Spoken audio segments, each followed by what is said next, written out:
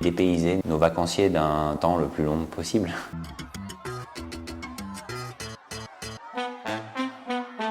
Donc je m'appelle Tom Wallis, j'ai 46 ans, j'habite dans le Vercors depuis presque toujours. À 18 ans, j'hésitais entre aménagement du territoire ou sport, loisirs, montagne. Donc j'ai finalement fait mes armes chez Salomon, 4 ans en France et aux États-Unis, lancement du textile. Et c'est là que petit à petit j'ai vu que mon mot-clé c'était l'innovation. C'est celui-là mon fil conducteur. Donc j'aimais bien changer ce qui était établi, un peu par principe, soit sur un nouveau marché, soit sur une activité. Après, comme tout gamin de station, moniteur de ski, pompier volontaire, élu local, voilà, donc assez impliqué localement. Parce que c'était un petit village, on est 300 habitants. C'est un peu intéressant, je suis globalement entrepreneur, j'aime bien rendre concret les choses et j'ai l'impression que la situation géographique de là où j'habite m'a mis à aider. Quand tu es au bout de la route, dans des aires de bout du monde, t'as pas le choix pour faire venir les gens, il faut être un peu créatif et différent. Et du coup j'ai l'impression que c'est quand même un territoire, donc on est au bout du Vercors, on n'est pas non plus vraiment au bout du monde, mais ça a des aires. Et moi ça m'a aidé, je pense, à comprendre que j'étais plus fait à pas être sur un lieu de passage, là où finalement tu sais pas s'ils viennent pour toi, mais à créer du B2C, des choses un peu atypiques, retirées où du coup tu sais que si tu les as fait marcher 2 km, tu les as fait se perdre un peu et qu'ils continuent à te dire on a passé une bonne soirée, c'était un super concept. J'ai d'abord créé une boîte dans le café, dans les lieux très très urbains, où je suis dans les gares principalement, dans les aéroports, les Fnac, les grands magasins, les musées. Et je me suis amusé à opposer, quand j'ai vendu cette boîte de café, à des lieux complètement perdus, où là au contraire, il n'y a personne quoi. Et c'est ça qui en faisait le concept. Et finalement j'ai bien aimé ce côté contrasté. L'un assez urbain, l'autre pleine montagne, où c'est clairement là que j'ai envie d'œuvrer maintenant, j'ai envie d'aider à passer ce moment particulier de la transition. On est beaucoup avec les matériaux locaux, sur la construction, et là je l'ai traduit effectivement dans une aire de jeu, un terrain de tennis désaffecté ou abandonné, et on fait des aires de jeu actives et amusantes avec des matériaux nobles, le bois, l'écorce, l'eau, pas de plastique, pas de château gonflable, on peut faire plus différent qu'un château gonflable en montagne. Très reconnaissant et respectueux du passé, donc je suis plus déçu qu'on soit sur une seule lecture et une seule monoculture, celle plutôt du ski alpin qu'autre chose. Après je respecte ces montagnards qui, si on schématise, mangeaient des pommes de terre et ont vu l'aubaine du tourisme, et donc le plan neige, et donc on pensait bien faire, donc tant pis pour les résidences secondaires, tant pis pour avoir bradé notre pays aux autres un peu vite. C'est vrai qu'il y a un modèle dominant qui est ancré sur l'or blanc et sur le ski alpin, et on a du mal à en sortir, et je crois que c'est très normal en fait. Ce qui était une solution d'un jour, on a du mal à voir que c'est ce qui devient le frein demain. Je l'accepte, et du coup pas par les remontées mécaniques malheureusement, ni les équipementiers qui nous vendent des télécabines trop chères avec du wifi dans les cabines. Toutes ces installations lourdes nous envoient vers le tourisme de masse et nous obligent à un dernier immeuble, un dernier télésiège.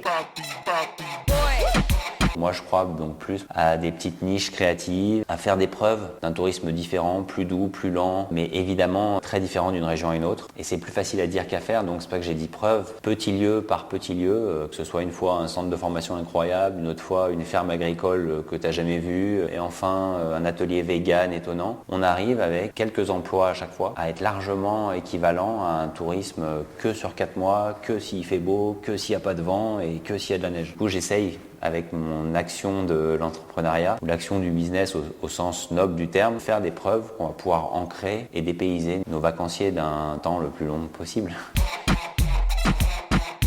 Opposer le effectivement très connecté à déconnecté. La même journée, on veut tout et son contraire. C'est vraiment une tendance qui est certaine en fait. C'est que tu veux être connecté, mais en même temps dormir dans un igloo. À nous de proposer ces fois de chercher de la valeur juste qui va profiter au territoire et à l'emploi pour être tôt sur les emplois à l'année que dans les emplois saisonniers. Petit à petit, je pense que de toute façon la mue va se faire. Elle a commencé sur les territoires de plus basse altitude. C'est vrai que c'est pas facile de sortir d'un modèle dominant qui est un système qui s'auto-alimente. Voilà, tout le système des élus qu'on a mis en place, et dont je prends ma part de responsabilité. Si c'est eux, c'est qu'on n'y est pas, jusqu'à notre tissu de sociopro, je pense aux moniteurs de ski. Il va falloir qu'on les aide, et ça ne veut pas dire qu'on doit abandonner une branche pour aller sur une autre. C'est vrai que ça va se faire en douceur, mais par contre il faut vraiment qu'on démarre quand même, quoi.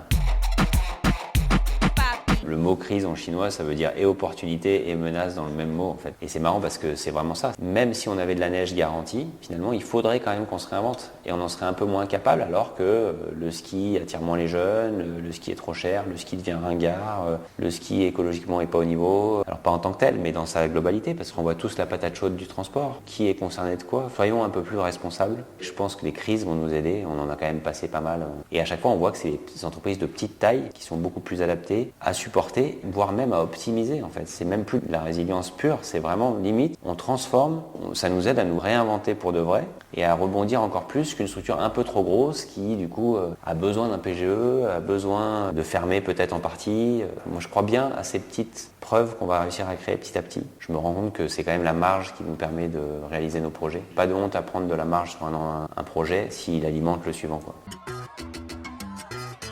Pas très original, mais quand même bluffé parce qu'on parle beaucoup de l'emploi en ce moment et tout, et ce serait les premières ouvertures des Apple Store. J'étais vraiment étonné de me dire, mais attends, tu rentres dans un Apple Store dans une grande ville française, et tu avais l'impression de plus être en France sur la manière de créer du lien avec le client. Donc ils ont cassé beaucoup de codes, et moi c'est vrai que ça m'avait quand même interpellé parce qu'on était nous en train de nous dire, on n'arrive pas à recruter, on était même à appeler ça des ghosters, enfin ils disparaissent, c'est-à-dire qu'ils disent même plus qu'ils viennent pas. Mais en même temps, c'est vrai qu'on était en train de les embaucher avec les avantages Fillon, on n'était pas sur le bon registre. En France, moi je bossais pas mal avec les Fnac et les Fnac Café à l'époque. T'avais les gens du SAV, c'était un peu la loose, on te mettait au SAV, c'était la porte derrière. Eux ils appelaient ça le Genius Bar et c'était les meilleurs avec les montées à l'étage. Et j'ai trouvé qu'ils leur approchent un peu too much de je te serre la main, il y a aussi quelqu'un en chaise roulante à l'entrée et tout, donc très inclusif, mais ils nous ont quand même fait du bien. Et ils nous ont aussi prouvé sur notre propre marché avec nos conventions collectives qu'on connaît que c'était possible. Je me souviens de ça comme un élément marquant.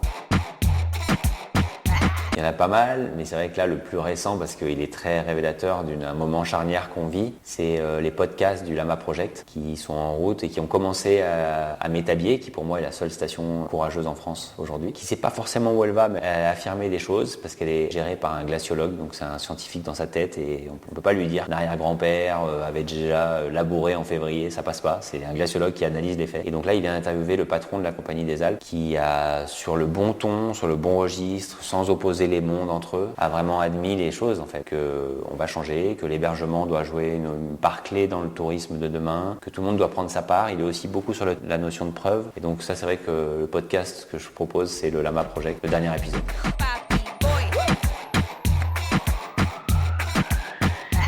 Switch it.